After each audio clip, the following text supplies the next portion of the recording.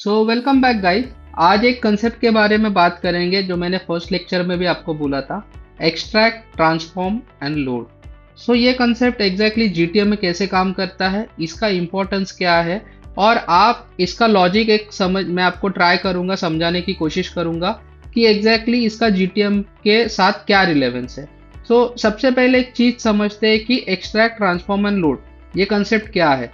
Take an example, ये extract जो है ये आपका वेबसाइट है, ये है ट्रांसफॉर्म जहाँ पे आपका जीटीएम का प्लेटफॉर्म है, और यहाँ पे है कोई भी आप प्लेटफॉर्म ले सकते हो, एड्स और एनालिटिक्स प्लेटफॉर्म। आपके वेबसाइट पे जो भी डेटा है जो पर्टिकुलरली आपको शेयर करना है कोई भी एड्स या एनालिटिक्स या थर्ड पार्टी प्लेटफॉर्म के साथ, तो उसके पहले वेबसाइट का एक जो डेटा है, रॉ डेटा है, वो आप डायरेक्टली कोई भी एड्स या एनालिटिक्स प्लेटफॉर्म को पूरा का पूरा नहीं शेयर कर सकते हो। उसका रीजन सबसे बड़ा क्या है कि हर एक वेबसाइट का डिजाइनिंग एंड डेवलपमेंट स्ट्रक्चर अलग होता है। आपने कभी देखा रहेगा कि कुछ साइट HTML में बनती है, करेक्ट, कुछ साइट आपकी वर्डप्रेस जैसे काफ़ी सारा फेमस जो CMS सिस्टम है वहाँ पे बनती है, जो कि ड्रैग एंड ड्रॉप डेवलपमेंट रहता है। कुछ वेबसाइट जो रहती है जिसका लैंडिंग पेज के relevant drag and drop development environment में बनती है, कुछ प्योरली कोड में बनती है, ठीक है। तो ये हर एक वेबसाइट का स्ट्रक्चर अलग है, हर एक वेबसाइट का बनाने का तरीका अलग है।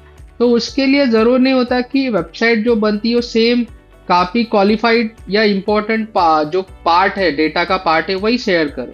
तो वहाँ पे सबसे बड़ा रोल आता है जीटीएम का। जो जीटीएम है, जीटीएम हमारा सबसे बड़ा क्या करता है डेटा को, जीटीएम सबसे पहले जो रिक्वायर्ड डेटा है, हमें जो प्लेटफॉर्म को पर्टिकुलरली भेजना है उसके रिलेटेड ही काम करता है। जीटीएम में आपका वेबसाइट एनवायरनमेंट कोई भी हो, उससे जीटीएम को फर्क नहीं पड़ता, बट जीटीएम को पता है कि मुझे एड प्लेटफॉर्म को क्या डेटा शेयर करना है, कौन सा डेटा शेयर करना है और किस फॉर्मेट में शेयर करना है।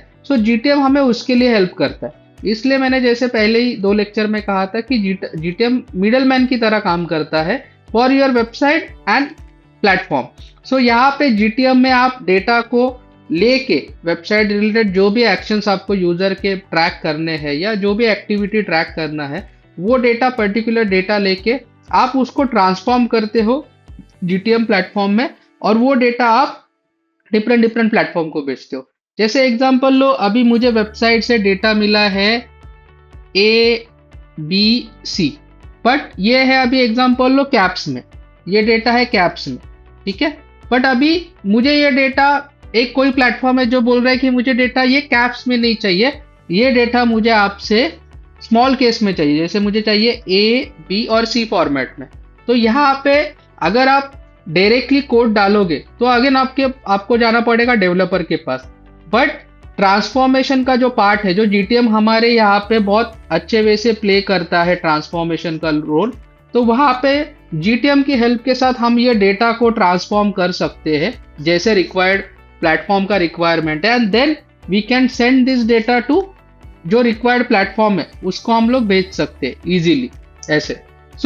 यहाँ पे सबसे बड़ा रोल है जीटीएम का कि वो डेटा ट्रांसफॉर्मेशन करता है अच्छे वे से, और वो डेटा ट्रांसफॉर्मेशन करके हम एज पर एड्स या एनालिटिक्स प्लेटफॉर्म के रिक्वायरमेंट पे उनको वो डेटा जाता है। डिटेल में हर एक चीज़ के बारे में बात करेंगे कि आप कैसे डेटा मॉडिफाई कर सकते हो या डेटा को चेंज कर सकते हो, और अकॉर्डिंग टू प्लेटफॉर्म रिक्वायरमेंट हम लोग डेटा को शेयर करते हैं। आज के लिए इतना ही गाइस, नेक्स्ट लेक्चर में मैं और कुछ डिटेल में बात करूंगा। Thank you.